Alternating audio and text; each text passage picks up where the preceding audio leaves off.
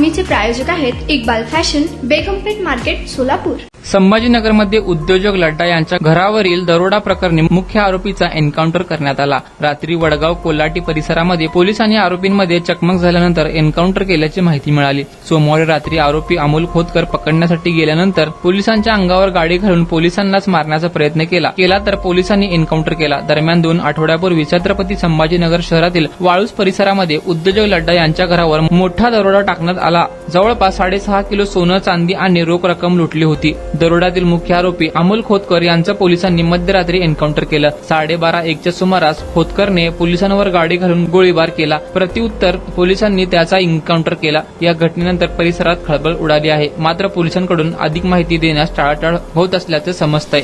तुम्हाला पाहिजे एक उत्तम विवाह कलेक्शनचा अनुभव? सोलापूरमध्ये एकाच ठिकाणी सर्व काही मिळायला हवंय।